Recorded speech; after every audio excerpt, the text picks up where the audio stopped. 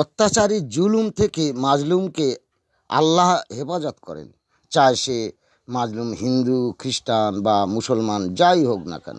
হজরত আলী রাদিয়াল্লাহু আনহু বলেন, তোমার শত্রুর শত্রু তোমার বন্ধু, আর তোমার শত্রুর বন্ধু তোমার শত্রু। ইদ্রিস নবী আলাইহিস সালামের কাছে এক মেহমান এসে না খেয়ে 3 দিন ইবাদত বন্দেগি করে মাঠের দিকে যায়। বলে, ওই ছাগলটা খাবো, ওই গমের থড় খাবো। তখন তিনি বললেন, কে রে তুই? অত বেশি জান্নাতি খাদ্য এলে তখন খেলি নিয়ে, এবারে হারাম জিনিস, এটা খাবো সেটা খাবো, ওসব খাওয়া হারাম। বলে, আমি আজরাইল, তোমার মৃত্যুর যমরাজ। আমার কি মৃত্যুর সময় হয়ে গেছে? ফারিস্তা বললেন, না, মৃত্যুর কষ্ট দেখাও না ভাই। দেখালেন, বেঁচে উঠে বলে, আমার জান্নাত দেখাও, এই জাহান্নাম দেখাও। দুধ দেখালে বলে, একটু জান্নাতে পানি খেয়ে আসি ভাই।